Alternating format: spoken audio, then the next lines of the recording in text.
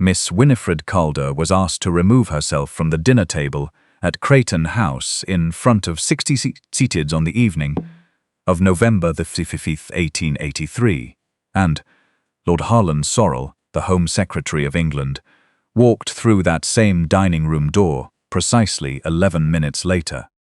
I want you to hold that sentence in your mind, dear friends. All of it, the 60 guests and the 11 minutes and the particular kind of cold that moves through a room when a woman is publicly diminished, because the whole of this story lives in the distance between those two facts, and I intend to walk you through every step of it before I let you go tonight. But let me begin where it began, which is with the humiliation. It is never pleasant to begin there, but it is necessary, because you cannot understand the weight of what followed unless you first feel the full press of what came before.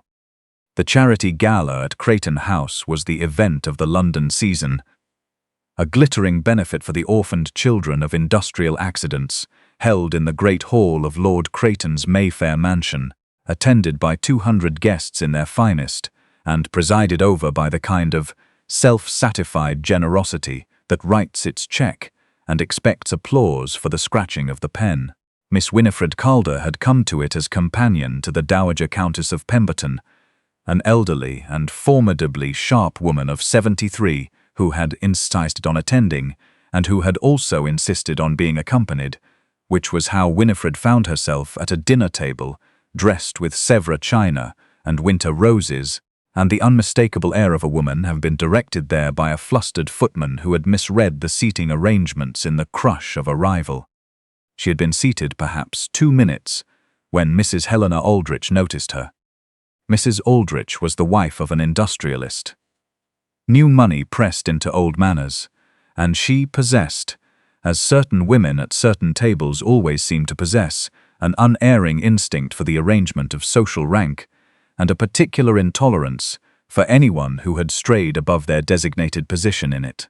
She had noticed Winifred earlier in the evening.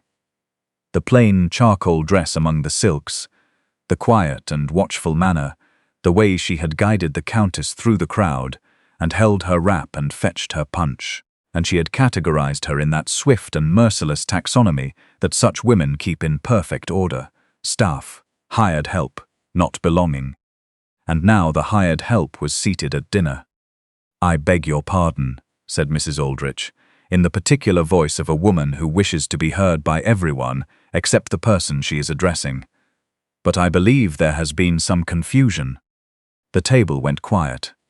60 pairs of eyes moved, as eyes always do, toward the source of certain and pointed social discomfort. "The seating this evening," Mrs. Aldrich continued, arranging her rings with great attention, "is for Lord Creighton's invited guests. The household staff takes their supper in the servants' hall. I am sure one of the footmen would be glad to show you the way." There was a laugh, the small, shapeless, anonymous kind that hides itself in a crowd. A gentleman to Winifred's left made a remark about the confusion being quite understandable, given how different this room must look from wherever she usually took her meals. Miss Winifred Calder was 27 years old. She was the daughter of a physician. She had done things in her short life that would have undone every person at that table, and she had done them without audience or applause or any reward the world could see, except for one small thing. One small silver thing. She rose without a word. She did not flush. She inclined her head to Mrs. Aldrich with a composure that should have warned that woman. The careful, watchful composure of someone who has stood in rooms far more terrible than this one. And she walked the full length of that dining room, past 60 silenced guests, and took up her place standing against the wall near the door, where a companion could be reached if her Countess needed her. The chandeliers were bright there, and the light fell directly on her collar, where a small silver pin was fastened to the charcoal wool. 3 interlocking rings on a bar, with a single small inscription along its base. It was the only ornament she wore. It was the only ornament she owned. And 11 minutes later, Lord Harlan Sorrell walked through that door. He had been dining privately with Lord Creighton in an adjoining room, as was his custom at such public gatherings, the Home Secretary being a man with a gift for using his presence sparingly and his attention well. He had come through now to make the courtesy rounds expected of a cabinet minister at a charity event, moving slowly along the edge of the room with his host, nodding to those he recognized, accepting the small tributes of the ambitious with the tired politeness of long practice. And he stopped. The whole room felt him stop. He was not a man given to sudden movements, and so when he went still in the doorway, the stillness was complete and unmistakable. He was looking at the young woman standing against the wall. More precisely, he was looking at the silver pin on her collar. He looked at it for a long moment.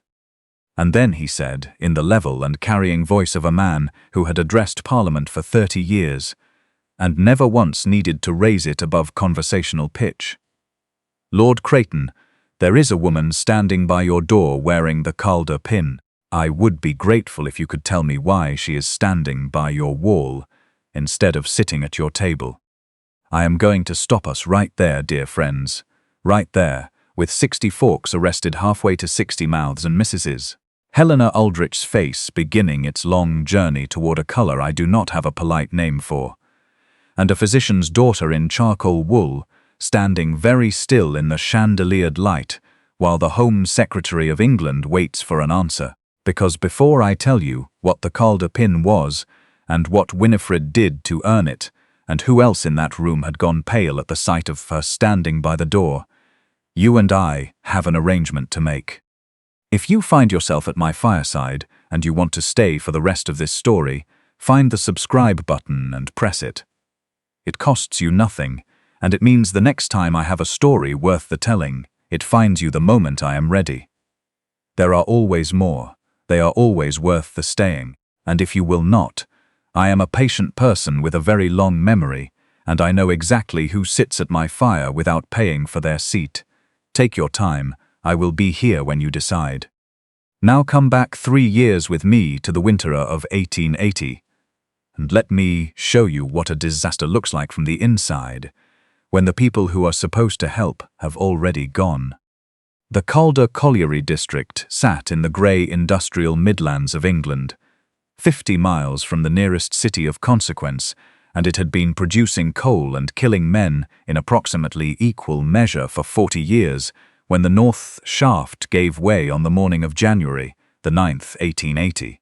The explosion was heard 3 miles distant.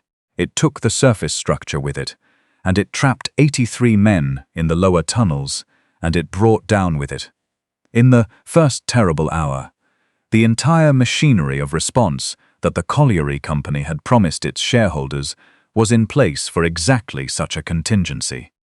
The company physicians fled south before noon. The magistrate declared the rescue effort a private company matter and declined to authorize public funds. The colliery owner, who was in London, sent a telegram expressing his profound regret. And Dr. Henry Calder, who was not the company physician and had no obligation whatsoever to go near that shaft, took his bag and his daughter and drove his gig to the pit mouth through a January morning that was trying to become a blizzard.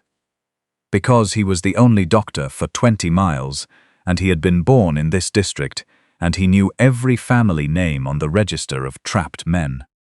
His daughter was 24 years old. Her name was Winifred. I want you to understand what Dr. Henry Calder had given his daughter before that morning, so you can understand what she was already carrying when she arrived at that pithead. She had ridden beside him on his rounds, since she could sit upright in a seat. She had learned to read his handwriting before she learned to write her own. By the time she was 14, she was keeping his patient records. By 18, she was managing his dispensary. By 21, she was quietly running the entire administrative half of a practice that served 12,000 souls across 3 mining townships. And her father, who was a gifted diagnostician and a man of genuine feeling and absolutely no gift for logistics, told her without sentimentality and with perfect accuracy that she had the 2 qualities medicine actually runs on, neither of which is genius. She had clarity, the ability to see in a panicking room which things were true. And she had method, the ability to take that truth and build a system from it before the panic could get back in. She used both that morning. The miners' hall sat 200 yards from the pit mouth. It was used for meetings and union business and the occasional dance, and it stood empty in January. And within 4 hours of Winifred Calder's arrival, it was a field hospital with 60 improvised beds, a dispensary built from the contents of 2 borrowed carts, a triage area, a kitchen, and a rota of shifts that would ensure it was never unstaffed for a single moment through the duration of the rescue. She recruited her nurses from the mining wives. Not the first women who presented themselves, many of whom were too frightened and too close to the disaster to be steady, but the older women, the experienced ones, the widows, and the mothers of large families who were already acquainted with hard work and death in a way that made them steady rather than shattered. She trained them in 20 minutes on the principles her father had drilled into her. Clean hands, clean water, keep the conscious separate from the insensible, write everything down. She managed the rescue coordination herself, working with the surface foreman on a system for rotating the teams so that no man went below for more than 3 hours at a stretch, because exhausted men make mistakes in collapsed tunnels, and one more cave-in would have ended all of it. She organized the cart drivers into a supply line for timber and lamp oil.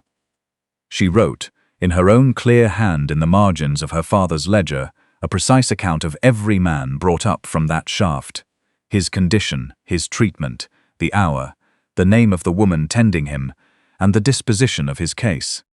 41 men came up alive who should not have. The physicians who reviewed the case afterward, and several did, said the difference was the hospital and the rota, and the cold mathematical clarity of the woman who had built them both in under 4 hours. Dr. Henry Calder went down the shaft at 11 o'clock on the second day because a foreman told him there were 3 men still alive in the east pocket, and the rescue team needed a physician who could assess injuries before moving them. He came up with 2 of the 3. He did not come up himself. Winifred kept the hospital running for 6 more days, until the last man was either buried or recovered. And I will give you the moment that I think closed something permanently in her, because it is not a dramatic moment by any standard the world usually applies to that word, and that is precisely what makes it what it is. It came on the morning of the 3rd day, 2 hours after her father's body was brought to the surface. A mining wife came to her at the triage table and told her gently that she should rest, that they could manage without her for a few hours, and that she had every right to grieve. And Winifred Calder looked up from the ledger she was writing in. Because there were still men in the ground, and the ledger was the difference between knowing who they were and losing that too. And she said, evenly, that grief was for the spring. And she turned back to the page. I have told many stories at this fireside, dear friends, and I have never found a better definition of courage than that. Not the kind that charges a line, the kind that picks up the pen. The government inquiry came in April, led by Lord Harlan Sorrell, then Parliamentary Under-Secretary for Home Affairs, sent north because the casualty numbers were politically inconvenient and someone senior needed to be seen taking the matter seriously. He arrived expecting to find what such inquiries usually find: negligence, absent systems, record-keeping covered over by 6 weeks of rumor. He found instead a set of ledgers, 60 pages in Winifred Calder's hand, clear as a printed table, accounting for every hour of the crisis. He read them in one sitting in a borrowed chair in the miners' hall, and then he asked to speak to whoever had written them. She came in a grey dress with ink on her fingers and answered his questions for 2 hours, with the patience of someone who has told this story to herself 100 times and knows exactly which parts matter. He asked her to walk him through the triage system. She did. He asked why she had structured the rescue rotas the way she had. She explained it in 6 sentences that made more sense than anything in his own department's emergency protocols. At the end of 2 hours, he asked what she thought should be done differently if this happened again. She took a breath and told him, for 40 minutes, from memory. He sat with it. He was a man who had been in public life long enough to recognize, without the need for any intermediary, the difference between someone who understands a problem and someone who has built a solution. 3 months later, at a quiet ceremony written up in 4 lines in the Gazette, Lord Sorrell presented the first Calder pin, named, at his insistence and over her objection, for the physician who had driven to a disaster he had no obligation to face, to his daughter, on behalf of the Mining Welfare Society, for exceptional service in the organization of industrial disaster relief. It was the first such pin given to a woman. It was, he told her, the most honestly earned piece of silver he had ever had the honor to present. She went back to the district after the ceremony and found, as the daughters of beloved and improvident country doctors so often find, that her father had treated half his patients on credit he never called in, and mortgaged his instruments in the lean years, and that when the accounts were settled, there was nothing left. Not the house, not the practice, not enough to live on for a single season. So she did what that particular circumstance has always done to that particular kind of woman. She became a companion. She took the position with the Dowager Countess of Pemberton, through an old connection of her father's, moved 200 miles south, and the world closed over her the way still water closes over a stone. She wore the pin.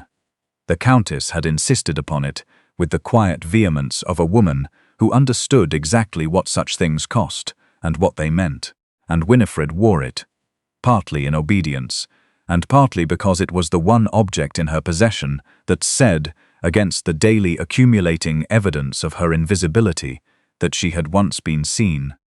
Now come back with me to the dining-room door at Creighton House, where a Home Secretary is waiting for an answer, and 60 guests have gone very still.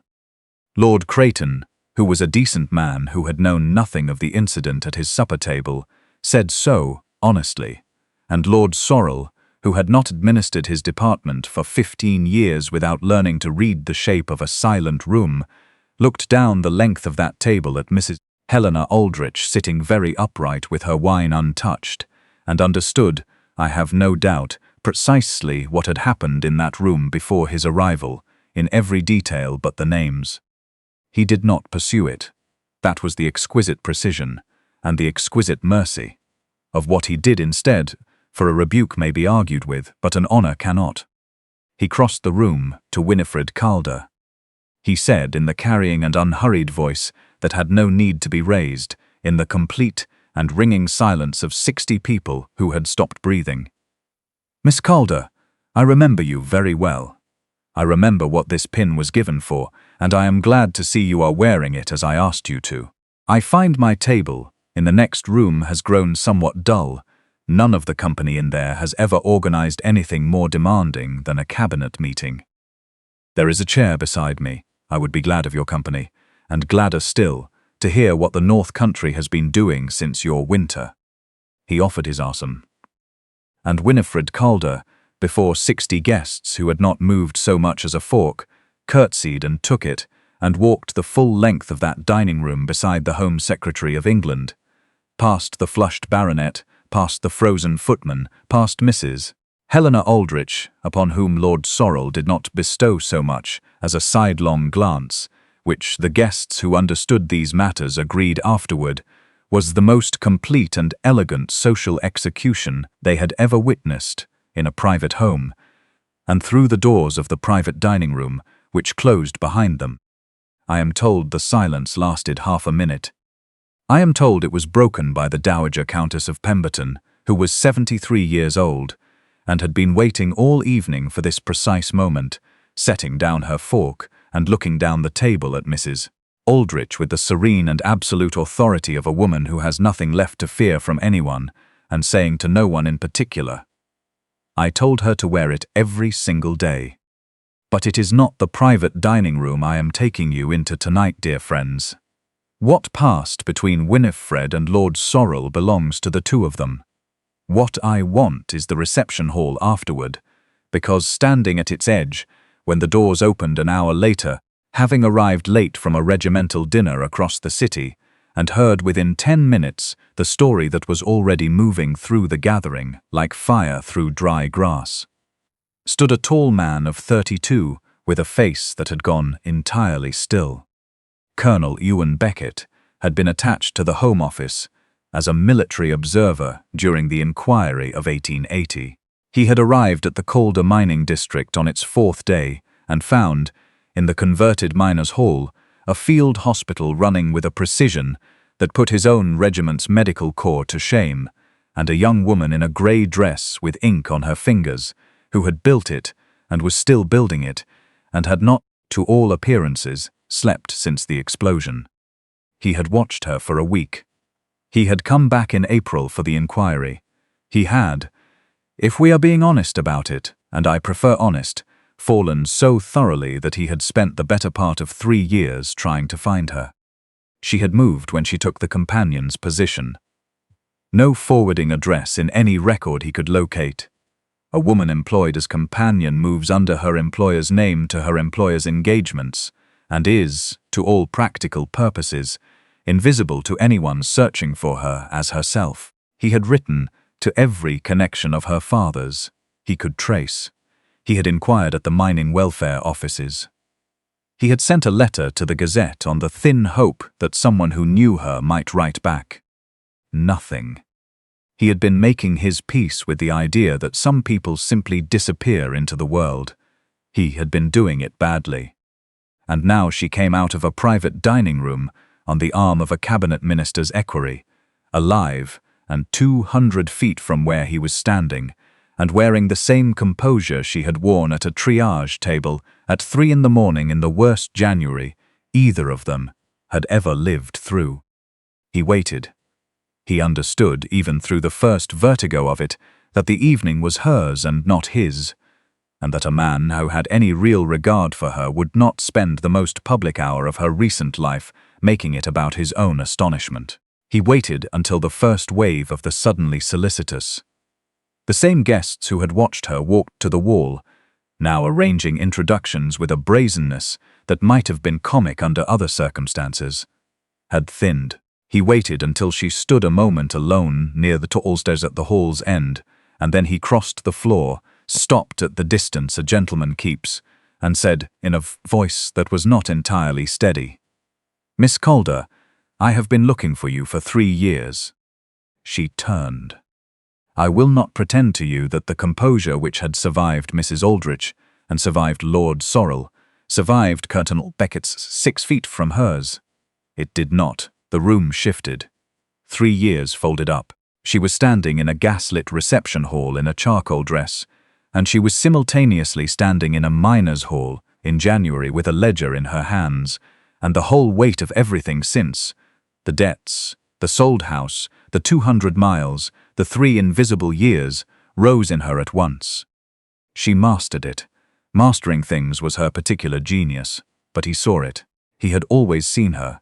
It was the quality about him that had startled her most, that he was one of the very few people she had ever met who looked at her and saw neither a charity case, nor a curiosity, nor a servant, but the actual person doing the actual work. "Colonel Beckett," she said, "I was told you had gone to India." "I went," he said. "I came back 11 months ago.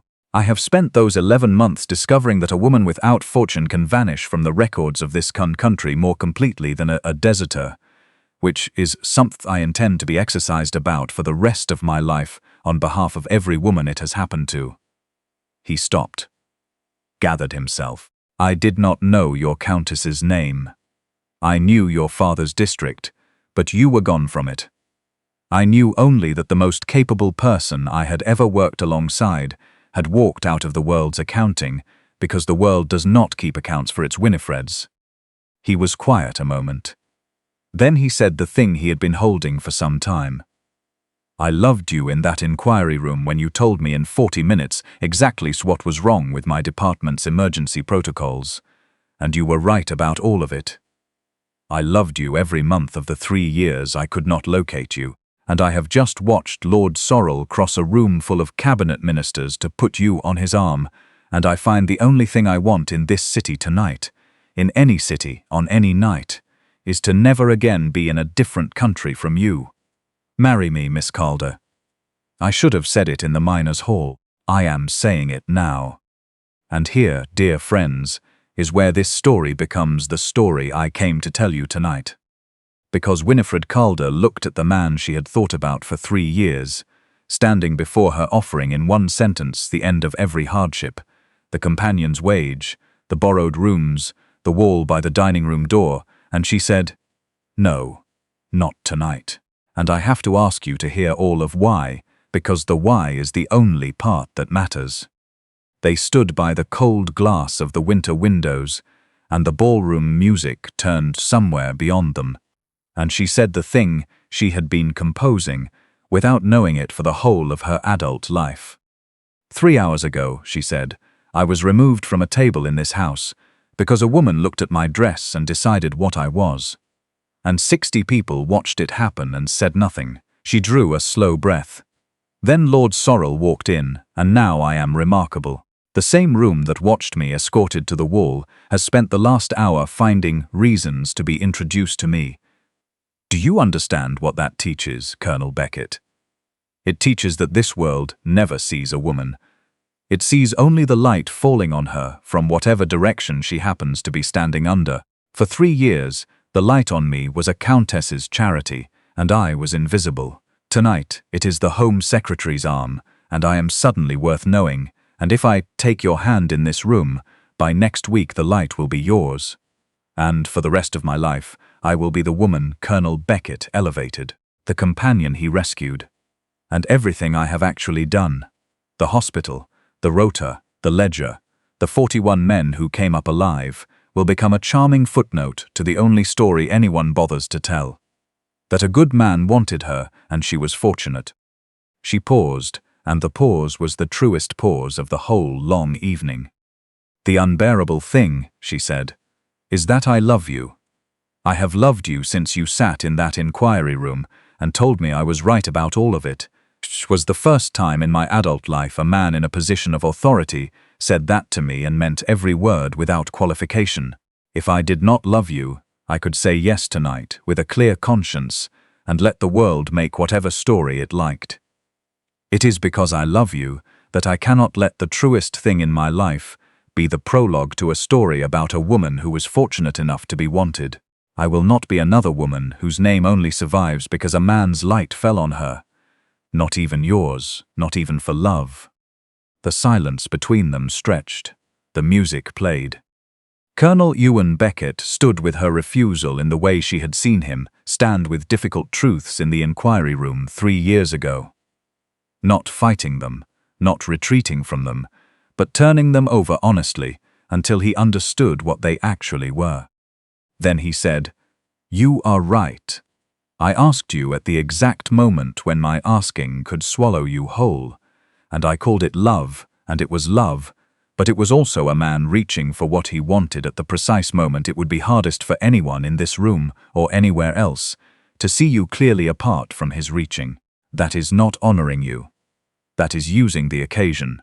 You have seen it more plainly than I did. I am not surprised. You have seen everything more plainly than I did since the morning I walked into that miner's hall." He paused. "Tell me what you need, Miss Calder. Not what would make this evening easier, what actually needs doing."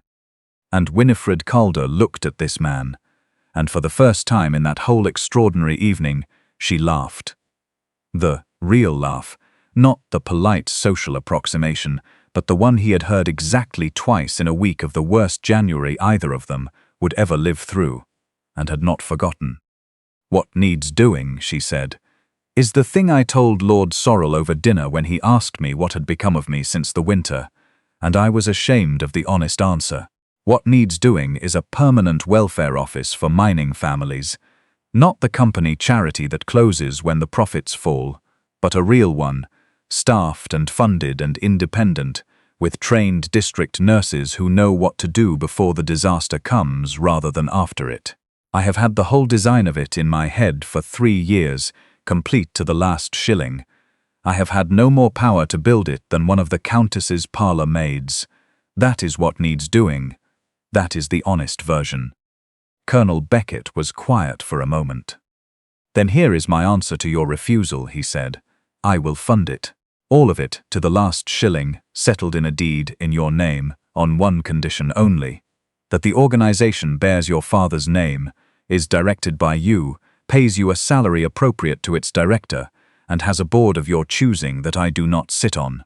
You will have, within 2 years, the most consequential welfare operation in the industrial Midlands, under your own name, built by your own design, owing me nothing that the deed of settlement does not discharge on its first day. And when that is done, when the light falling on you is entirely your own, and no one in this kingdom can mistake its source, I will come north and ask my question again, as one consequential person to another, and you may give me whatever answer is true.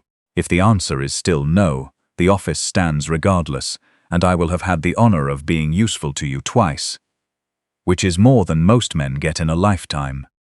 She took the offer. I hope that does not surprise you, dear friends. It was, if you look at it with clear eyes, the only offer anyone had ever made her that wanted nothing back. And Winifred Calder had spent her whole life knowing, to the last farthing, as her father used to say, the difference between a gift and a transaction. The Calder Welfare Office opened in the north the following autumn, in a plain brick building 2 streets from the old Miners' Hall, and when a partial cave-in struck a neighbouring colliery the winter after that, it was met for the first time in that district's history by a system already standing and waiting, nurses trained in peacetime, supplies already staged, a rota already written. The emergency was contained in 8 days. The physicians who wrote it up in the journals said the difference was the office, and the woman who had built it. The name in the journals was Calder. Lord Sorrell read the report and wrote her a personal note, saying it was the finest use to which his pin had ever been put, and that he had long expected it would be. And in the spring of the 2nd year, Colonel Ewan Beckett was announced at the Calder Welfare Office and asked to wait in the hall, because the director was finishing her quarterly accounts with the board, and the quarterly accounts waited for no one in England, not even a colonel, and he sat among the waiting families with his hat on his knee, perfectly content, being studied with frank and open curiosity by 2 small children who had never before seen a man in uniform sit quite so patiently. When Winifred came out to him at last, in a grey dress, in her own building, under a light that was standing entirely in her own name, he rose. "Miss Calder," he said, "I believe I have a standing appointment 2 years overdue. I have come to ask my question again, as one consequential person to another." "Ask it," she said. "Marry me," said Colonel Beckett. "Not to raise you, because you stand higher in this district than I do, and every soul in this hall knows it. Not to rescue you, because I know what your salary is to the penny, and I am perfectly aware of how little rescuing it leaves you requiring. I ask, because I loved you before either of us had anything, and I love you now that you have everything that matters. And the only thing 2 years have changed is that when the world tells the story of us, there is no version of it in which you are the one who was lucky." Winifred Calder looked at the man, who had heard the strangest refusal in the history of reception hall conversations, and answered it by building her a life in which her yes could actually mean something. "Yes," she said, as one consequential person to another. They were married that summer at the colliery chapel, and the nursing staff of the Calder Welfare Office lined the churchyard path in their grey uniforms, which made the bride weep in a way that no cathedral in London could have managed. And she wore on her wedding dress exactly one ornament. You already know which one.